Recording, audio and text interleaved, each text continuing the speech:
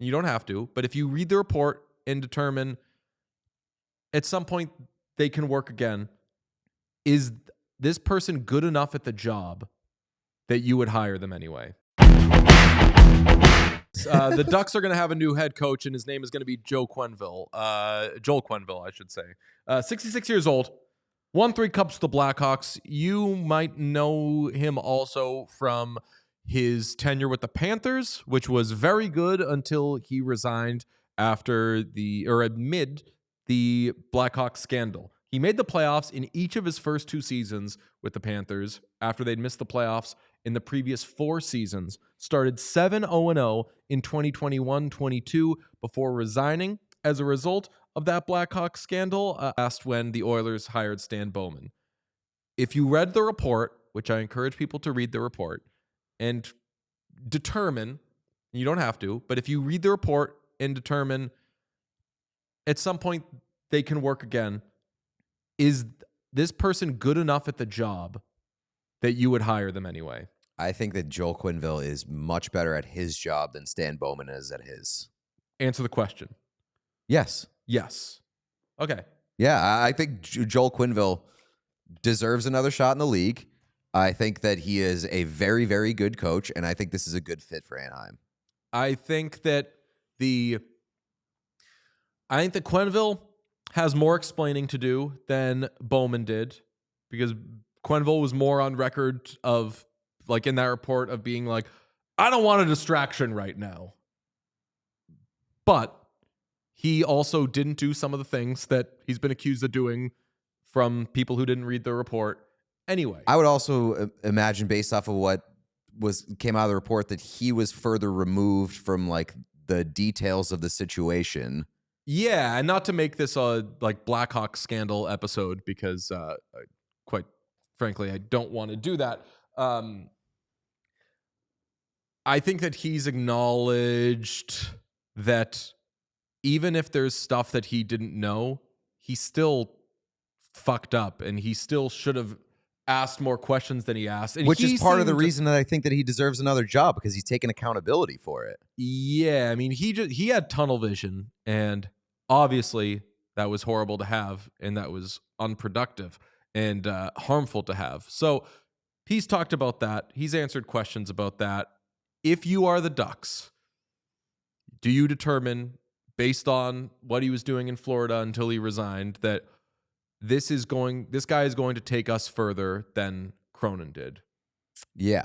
I think so. I also think, though, the other options were pretty intriguing. Well, David Carl, they spent 2 days with David Carl, apparently. They did 2 days of interviews, and not a great reflection of the Ducks. They spent 2 days with David Carl, and he said, yeah, thanks, no, I'm going to go back home. Thank you. Thank you for your time. And then Tocchet, Woodcroft, and was that the 3? Yeah. Yeah. I think that Joel Quenneville I would take over Woodcroft for sure. Tocchet, I feel like Quenneville is a better fit than Tocchet in that spot.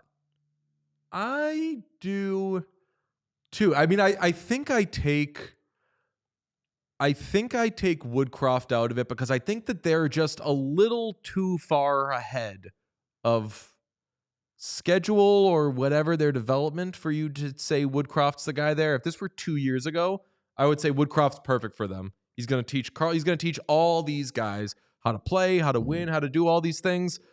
I think that they're probably trying, like, maybe they're where Bill Armstrong was saying Utah is, where we're trying to get to 95 points next season.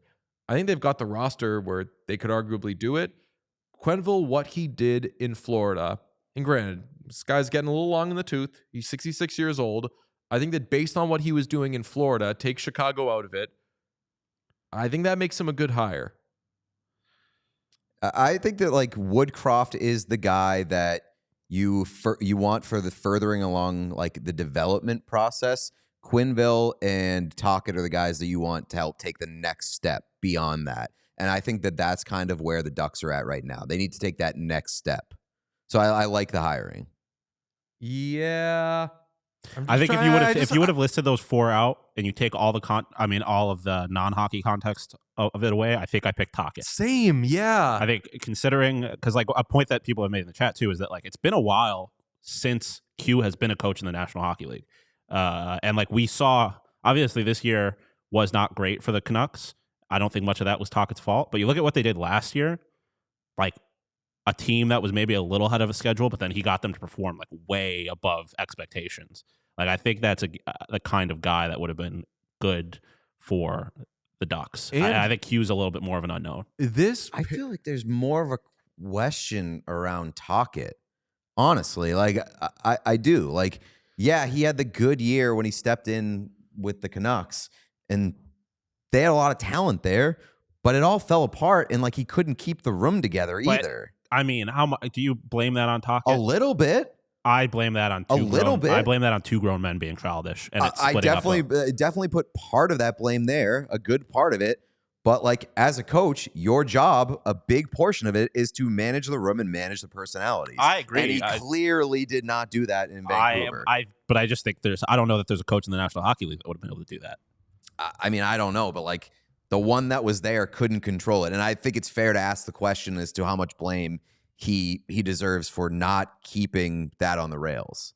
Yeah, I mean, I don't know. I just I'm giving him a lot of credit for what he did the year prior with a team that he clearly got to perform like way above expectations, and I think that's something the Ducks could use right now. I'm curious as to what the situation that David Carl is waiting for, because I did feel like Anaheim was probably his best spot roster wise. I mean, it feels like he's waiting for somebody to retire from a cup contender.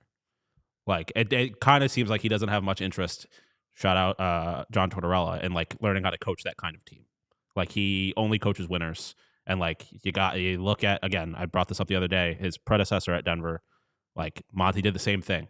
I just feel it just kind of seems to me that he doesn't want to run the risk of like failing at his first job. I'm coming around on Quenneville for the Ducks, but there's just something about like him not being my top choice or even a top 2 choice for them and then plus the Blackhawks of it all. Well, and I guess like from his perspective, I'm kind of curious. Like, I mean, I'm sure he just wants to get back in the league, but like, this is the toughest job he's had in a very long time. I think or the chance that he fails at this job is the highest it's been. Anaheim? Yes. Yeah. Like compared to his last 2 jobs. So like I don't know. Like Florida wasn't bad. Great. Yeah. But like he came into a bad Florida or a team that was underperforming and took him to the playoffs 2 years in a row, and then, as Pete said, started red hot with them before resigning. I guess it's a little bit of hindsight. And that's a team that eventually got like not blown up, but like made big changes. They won the President's Trophy that year. It was that team that eventually they determined like not good enough. Yeah. Gonna have to, let's get Matthew Tkachuk. Let's get, why can't I think of my guy, Alan Walsh client, Calgary. Huberdeau? Jonathan Hubert. Like, let's get him out of here, like face of the franchise type of stuff. Who knows what he would have done with that roster? I also will say, like, he did bring in Andrew Brunette and had him ready enough to take over that team after he left, and they were still successful. So like he's good at identifying assistant coaches. He's good at putting in the structure to make his team successful, obviously. So like I think that he deserves a little bit more credit for what he's been able to do as a head coach. Chad is very mad that he got this job. I think sure a lot of people are going to be very mad that he got this job. I'm sure I understand it. People are going to fall on both sides of the fence here, and I get it. And that's part of what I'm going to say is, regardless of, I guess, which side of the fence you fall on, there's clearly a fence. Yes. And, like, is that something that the Anaheim Ducks need right now? I'm not too sure. Right. And that's, again, like, is he good enough at what he does that, and if he deserves to work again and is qualified to work again, then he should work again.